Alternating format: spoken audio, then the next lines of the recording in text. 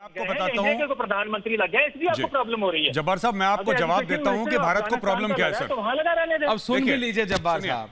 बात यह है कि सर भारत को क्या प्रॉब्लम है। आपने बोला अफगानिस्तान में हो रहा है, भारत को क्या दिक्कत है। मैं आपको बताता हूँ क्या दिक्कत है सर। हमने वहां पे 3 अरब डॉलर लगाए हैं और अब अफगान के जो तालिबान वाले हैं स्टैनिक्साई जो हैं, सर मेरी पूरी बात सुन लीजिए सर। एक मिनट पूरी बात सुन लीजिए सर। आप लोग ना बहुत जल्दी शामियाने बजा लेते हैं, पाकिस्तानी बहुत जल्दी खुश हो जाते हैं, फिर टीवी तोड़ लेते हैं अपनी दुखियों के। पूरी बात सुन लीजिए हुजूर वाला, पूरी बात सुन लीजिए जब्बार साहब, पूरी बात सुन लीजिए सर। टीवी मत तोड़ना सर, प्लीज सर। जब्बार साहब प्लीज मेरी रिक्वेस्ट है सर, टीवी मत तोड़ना, मेरी बात तो सुन लो।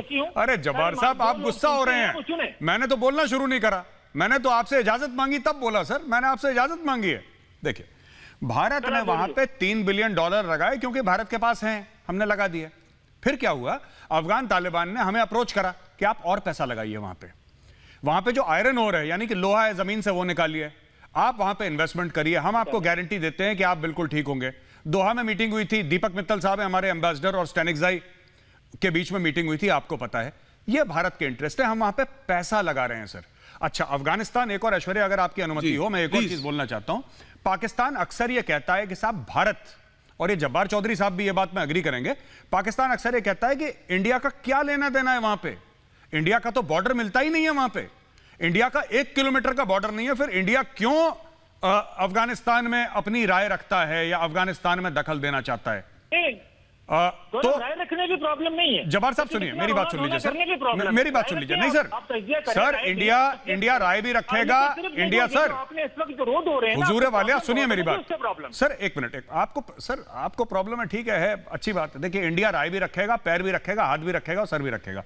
मैं आपको बताता हूं क्यों। देखिए ऐसा है ना हुजूर, आप इतना गुस्सा क्यों हो जाते हैं मेरा चेहरा देख के, आप मेरी शक्ल देख के परेशान क्यों हो जाते हैं। जब्बार साहब मेरी बात सुन लीजिए, जब्बार साहब एक बात सुन लीजिए। कई बार मैंने चैनल पे देखा है, यही रिपब्लिक भारत में, मेरी बात सुन लीजिए जब्बार साहब, मेरी बात तो सुन लीजिए। मैंने 1000 बार रिपब्लिक भारत पे ही सुना है कि भाई इंडिया का क्या लेना देना अफगानिस्तान में, आपका बॉर्डर नहीं मिलता, बॉर्डर नहीं मिलता। 1000 बार सुना है मैंने पाकिस्तानियों से। आज मैं जवाब देना चाहता हूं सर, बॉर्डर तो अमेरिका का भी नहीं मिलता। फिर आपने कौन से कानून के तहत 33 अरब डॉलर अमेरिका से लेके अपनी जेब में डाल लिया और पैसा हड़प लिया सर। अगर पाकिस्तान को पैसा दो तो सर एक मिनट अगर पाकिस्तान को, मेरी बात सुन लीजिए सर, अब आपको मिर्ची लगी तो मैं क्या करूं। अब मैं आपको बताता हूं, देखिए ऐसा है जब्बार साहब कि अगर पाकिस्तान की जेब गर्म कर दो तो अफगानिस्तान और अमेरिका का बॉर्डर भी मिला देंगे ये लोग। अगर पाकिस्तान की जेब में पैसा डाल दो तो अमेरिका और अफगानिस्तान का बॉर्डर ये कहेंगे yes, Kabul and Texas have common borders. इनकी जेब में पैसा डालने वाली बात है। दोस्तों मैं आपको बता दूं आखिरी 10 सेकंड में, ये जो तालिबान के सगे बन रहे हैं ना ये पाकिस्तानी टीवी पैनल पे, इन्होंने 20 साल अमेरिका से पैसे लिए उन्हीं अफगान तालिबान वालों को मरवाने के लिए।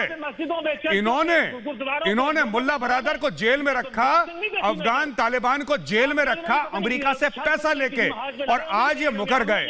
तो यानी कि ऐसा कोई सगा नहीं जिसको पाकिस्तान ने ठगा नहीं। ऐश्वर्या